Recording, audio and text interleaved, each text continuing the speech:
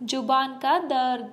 एक समय जब मुगलों का साम्राज्य खत्म होने को था, दिल्ली की सियासत बदल रही थी।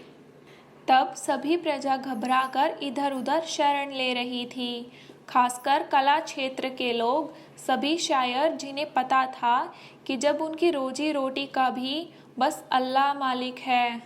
उस वक्त दिल्ली के एक मशहूर शायर हुआ करते थे जिनका नाम था मीर।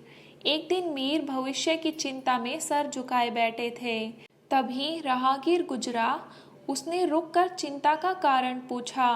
तब मीर ने अपने और बीवी बच्चों के भविष्य की चिंता व्यक्त की।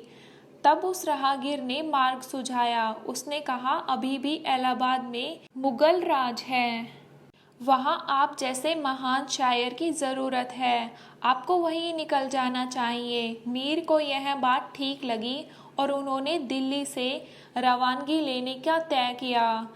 कई बैलगाड़ियां सजी जिस पर उनका पूरा परिवार हैदराबाद की तरफ चल पड़ा।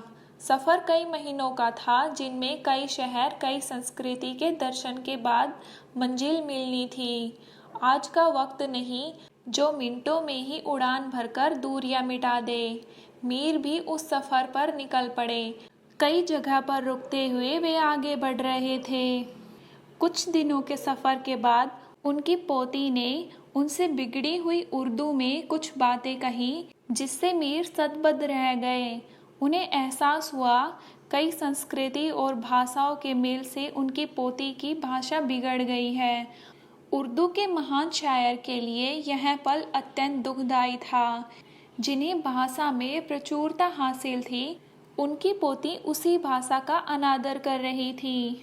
उसी क्षण मीर को एहसास हुआ और उन्होंने अपना काफिला रोका और तुरंत दिल्ली की तरफ वापस रुख करने का आदेश दिया।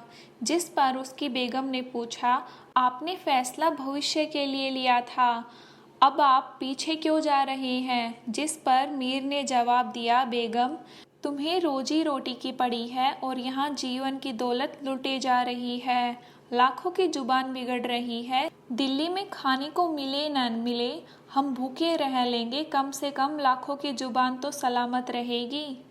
हमें कहानी से यह शिक्षा मिलती है, आज ज़माना ऐसे बदल रहा है कि हिंदुस्तान में लोग हिंदी बोलने से शर्माते हैं। फैशन के दौर ने हिंदी की जगह इंग्लिश ने ले ली है। ऐसे में भाषा के ज्ञानी को जो दुख पहुंचता है, उसका अंदाज़ा भी हम जैसे लोग नहीं लगा पाते।